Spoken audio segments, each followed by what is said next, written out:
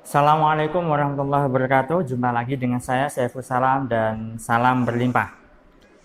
Sahabat, saya akan beritahu Anda 7 faktor penghambat rezeki dalam hidup Anda. Untuk itu, simak video ini baik-baik.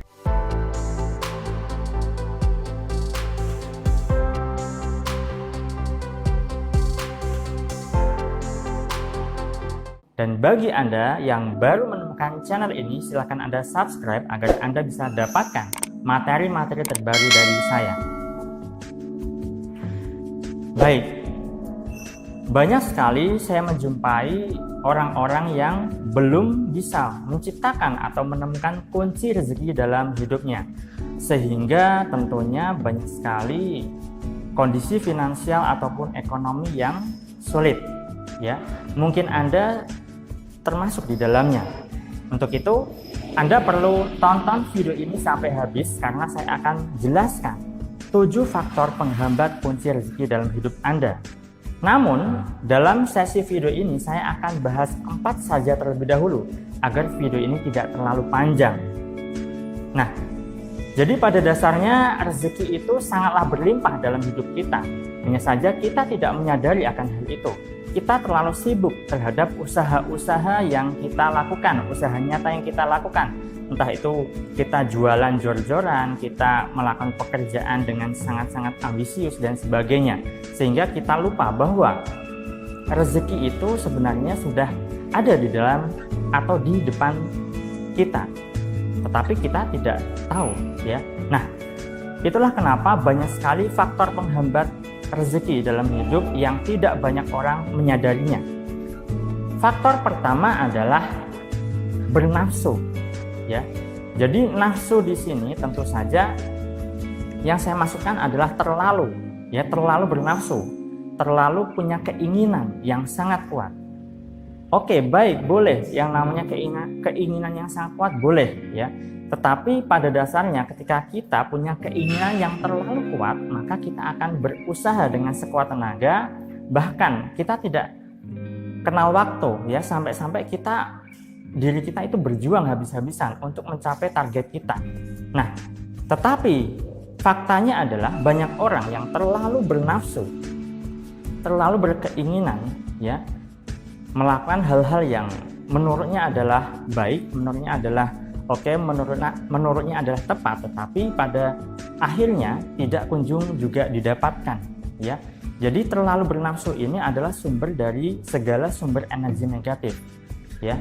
Ketika Anda terlalu berkeinginan yang sangat kuat, ya, tentu diri kita akan terbebani, ya. Nah, saat diri kita terbebani inilah, ya, energi negatif itu seolah-olah menebal di dalam hidup kita, sehingga kita sulit mencapai apa yang kita harapkan. Oke, kita sudah melakukan usaha-usaha nyata. Katakanlah kalau misalnya Anda jualan online, Anda sudah beriklan, ya, iklan di Google AdWords ataupun di Facebook atau iklan Instagram dan melakukan iklan, ya. Tetapi pada kenyataannya saat Anda melakukan atau beriklan tersebut, ya, Anda terlalu ngotot, terlalu bernafsu untuk mendapatkan hasilnya, ya, maka sangat sulit, ya. Dan itu memang banyak sekali orang-orang yang mengalami hal itu. Mereka terlalu berharap, mereka terlalu bernafsu, ya. Mereka terlalu berkeinginan yang sangat kuat, tapi hasilnya nol, ya, tidak ada apa-apa. Nah, oleh karena itu Anda perlu tidak terlalu bernafsu atau mengurangi nafsu Anda. Terlalu berkeinginan itu buruk karena itu adalah penghambat dari rezeki dalam hidup Anda, ya. Nah, kemudian yang kedua adalah merasa takut, khawatir, dan juga cemas terhadap kekurangan rezeki atau tidak dapat rezeki, ya.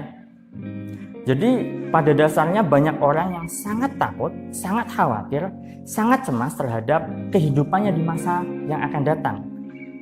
Misalnya ada orang yang baru buka usaha, ya, kemudian dia masih spekulasi, dia masih berencana, ini saya melakukan usaha A, kemudian saya melakukan teknik A, B, C, D, dan seterusnya. Lalu ketika dia melakukan teknik-teknik itu, kemudian ada rasa ketakutan, rasa kekhawatiran, rasa kecemasan, ya, kalau usahanya itu tidak berhasil, kalau hasilnya itu tidak ada, ya. Jadi di sini ada ketakutan akan rezekinya, kekhawatiran akan rezekinya, kecemasan akan rezekinya. Nah, ketika takut, khawatir, cemas, gelisah, dan hal-hal yang tidak baik di dalam dirinya itu ada atau tertanam di dalam dirinya, maka rezeki itu menjauh, ya. Rezeki itu tidak mau hadir, tidak mau datang. Itulah kenapa ketika orang takut akan rezekinya, takut tidak punya pekerjaan, khawatir kalau di di PHK, cemas kalau misalnya gajinya tidak naik, takut kalau misalnya dagangannya tidak laku, khawatir kalau jualannya tidak laris dan sebagainya. Nah, ketakutan, kekhawatiran serta kecemasan itulah yang membuat rezeki kita terhambat. Oleh karenanya kita perlu menghindari, ya, ketakutan, kecemasan maupun kekhawatiran dalam hidup kita soal rezeki, ya. Tentunya Anda pun sudah paham yang namanya rezeki itu sudah dijamin oleh Allah. Ketika rezeki sudah dijamin, kenapa kita harus takut? Nah, ketika kita takut, itulah, ya, faktor dari penghambat rezeki, padahal rezeki sudah dijamin. Kalau kita tidak takut, kalau kita tidak cemas, kalau kita tidak khawatir, maka Allah tetap akan berikan rezeki pada kita, ya. Nah, jadi hilangkan atau mulai berlatih untuk mengurangi ketakutan, kekhawatiran serta kecemasan soal rezeki, ya. Kemudian yang ketiga adalah tidak ikhlas. Maksudnya bagaimana? Nah, banyak sekali orang beribadah tujuannya untuk mendapatkan rezeki, katakanlah sholat duha, gitu kan. Kemudian ketika sudah sholat duha, dia membaca doa, ya, kemudian meminta kepada Allah untuk diberikan keberlimpahan rezeki. Tetapi nyatanya banyak orang yang sholat duha, ya, hasil ataupun rezekinya tidak begitu baik, ya, segitu-segitu saja. Nah, kenapa bisa seperti itu? Hal ini dikarenakan dia tidak ikhlas. Maksudnya bagaimana tidak ikhlas?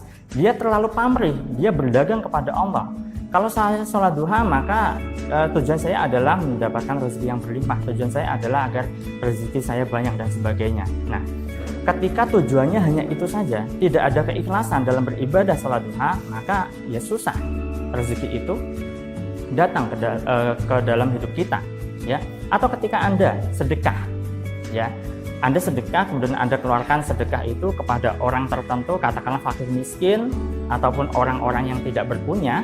Kemudian ketika Anda keluarkan, Anda merasa berat. Sudah Anda keluarkan, tetapi di dalam hati Anda berat. Kenapa tadi saya berikan yang nominalnya 10.000 ya? Kenapa tidak 5.000 saja? Padahal tadi ada 5.000. Nah, berarti tidak ada keikhlasan di sini, ya. Nah, tidak ikhlas ini cakupannya luas, ya. Anda misalnya bekerja tidak ikhlas, artinya Anda agak malas-malasan bekerja, kemudian agak malas-malasan jualan, agak malas-malasan berupaya. Anda tetap berupaya, Anda tetap bekerja, Anda tetap berjualan, tapi ada rasa malas di situ, ya. Sehingga rasa malas ini yang memunculkan ketidakikhlasan, ya.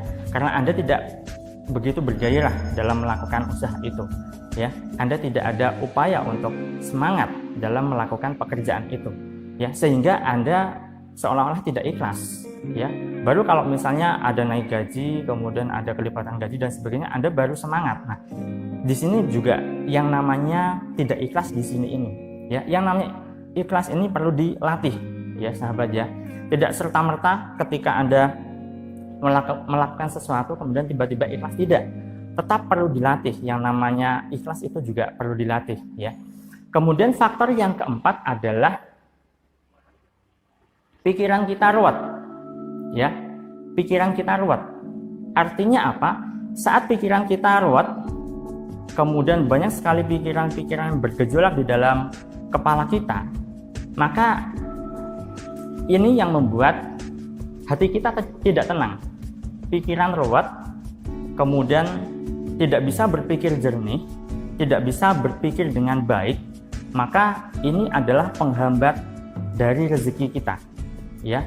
Saat pikiran ruwet, katakanlah Anda punya pekerjaan yang sangat banyak menumpuk, begitu kan, pekerjaan A belum selesai, ada pekerjaan B lagi, kemudian belum selesai juga, ada pekerjaan C, dan seterusnya.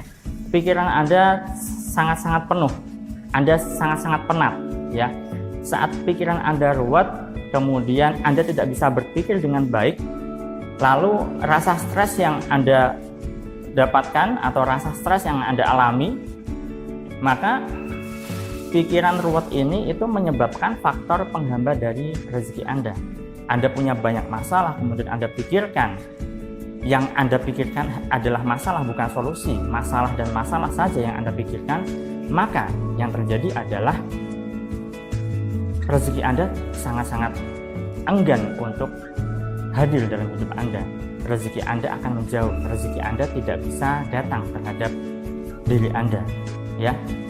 Nah, jadi itulah beberapa hal, ya, faktor-faktor yang perlu saya sampaikan pada kesempatan kali ini. Saya akan bahas faktor yang lain di video berikutnya.